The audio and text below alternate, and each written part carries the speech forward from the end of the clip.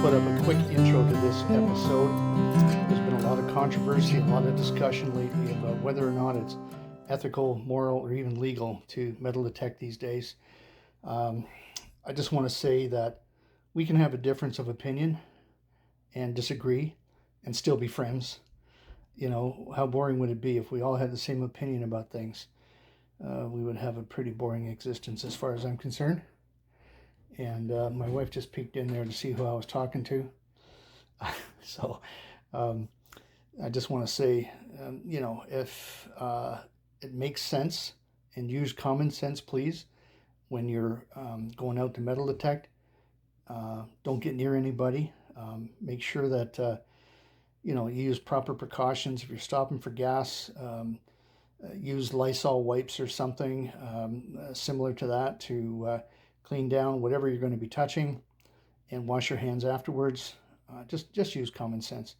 I had one guy say to me, "Oh yeah, you can go out and metal detect, but what if you're in an accident and you have to call a tow truck? The tow truck driver's not going to let you in his vehicle to take you wherever you need to go, or you might have to go to hospital by ambulance." I mean, if it gets to that level of I'm going to say paranoia, you might as well crawl up in a fetal position and hide under your bed until this thing is all over.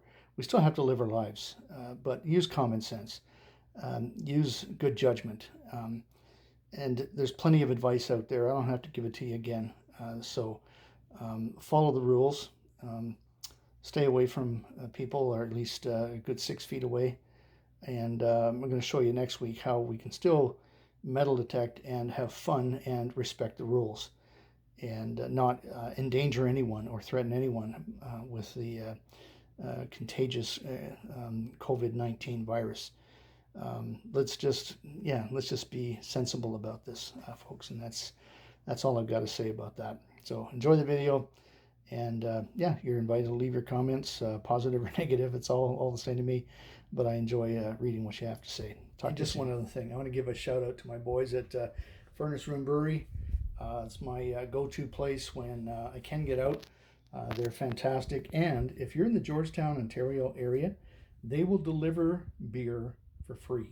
I mean, the beer's not free, the delivery is free, but during daylight hours, they will deliver to your door, so you don't have to be concerned about running out of beer, and it's fantastic beer. So just suggesting that. Just Google Furnace Room Brewery.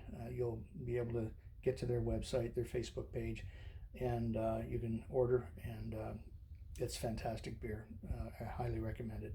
So until next time. Okay, now that it's time to go home, I'm starting to find stuff. This is a button. It's got an anchor on it. Thinking navy. Certainly at least a blazer button, but it could be a military. Yeah, is that a crown on the top there? No, I don't think so, but certainly oldish. It's got that greenish patina to it, so I'll check that out more when I get home, but starting to find stuff here. Okay, this is my last target of the day. I thought we'd do it live because it's a fairly solid signal, some high tones in there. Right in the plug here, not that far away from the surface. Just going to gently open this plug up a little bit here.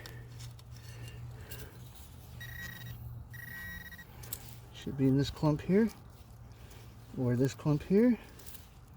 Oh, it's right in there. See that? Modern penny. Maybe not that modern because it's quite corroded and quite green. I'm thinking George the 6th. Let me just clean it off on my britches. Yeah. What are you? No, I don't think that is George. That's Elizabeth. Oh well. Still got a large Vicky today, and a military button, so I'm happy. That's worth a day. see you on the next hunt. Well, I've been out digging today for about an hour and a half. I'm just getting modern pennies again. But I'm going to turn you around and show you what I just found here. So I'm out at a kid's schoolyard here. That's got some history to it. And for most of the day I've been digging what I think are bottle cap liners. There's foil sometimes that go inside bottle caps. I'm finding a lot of these. And found what I thought was another one. And was about to just put it in my bag when I had a closer look. And look what it is. That's a beautiful silver locket. It wasn't down far, but, and I'm assuming that's silver.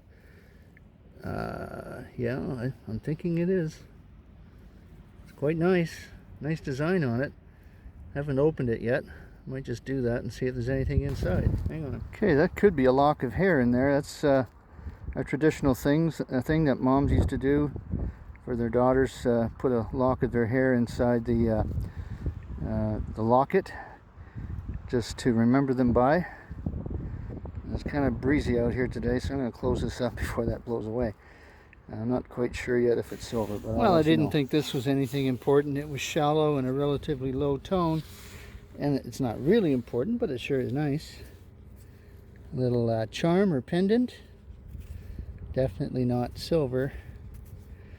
It's still got the ring on it there. It's a little flower, I guess, yeah. But yeah, not shallow either, or not deep either. It was about 2 or 3 inches deep. So yeah, nice little find. This was a terribly squawky signal, but it might be something good. Not really that deep. It's probably modern dime, I'm thinking. Yeah, well, at least it's not a penny. That's all I've been finding so far today, except for that little flower pendant. But no doubt that's a modern penny, but or a modern dime. I'll check the date. If it's anything special, I'll get back to you, but I don't think so. Well, this target I was thinking was a modern clad dime. It was right on the surface practically, but turns out it's more like a metal little medallion of some kind. And it's going to be tough to clean off. Oh, what's that? That's just a loop at the top there. Yeah, let me clean it off, see what we got. Well, can't quite clean it off here. It looks kind of pretty. Little sparkles in there.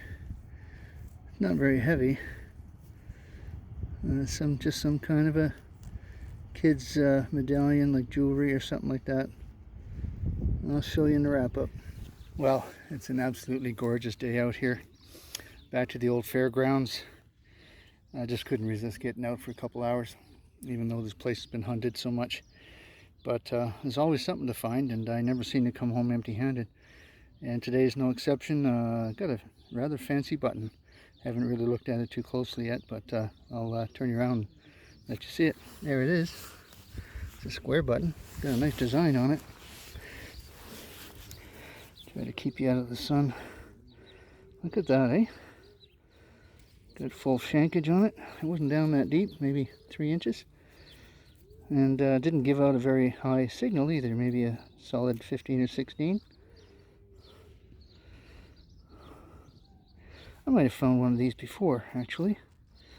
Looks very familiar. I'll see if I can make out writing around it and let you know. Yeah, so it's got a standing lion there in the middle and writing around the outside in some other language, and I'm 99% sure I've seen this exact button before.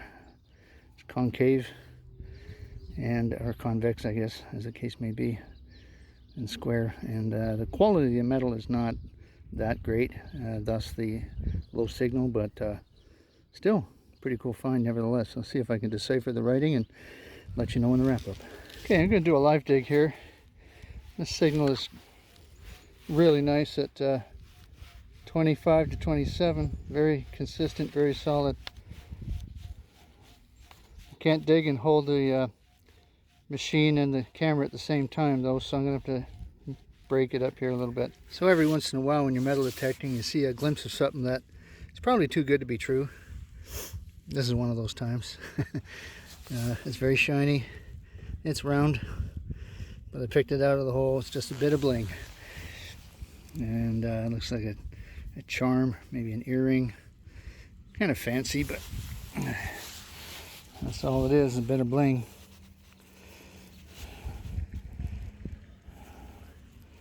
It wasn't that deep either, maybe 2 inches, 3 inches. Gave off a nice consistent signal though. No writing on the back, just too shiny, to be, if you can believe it, too shiny to be silver. Anyway, on to the next one.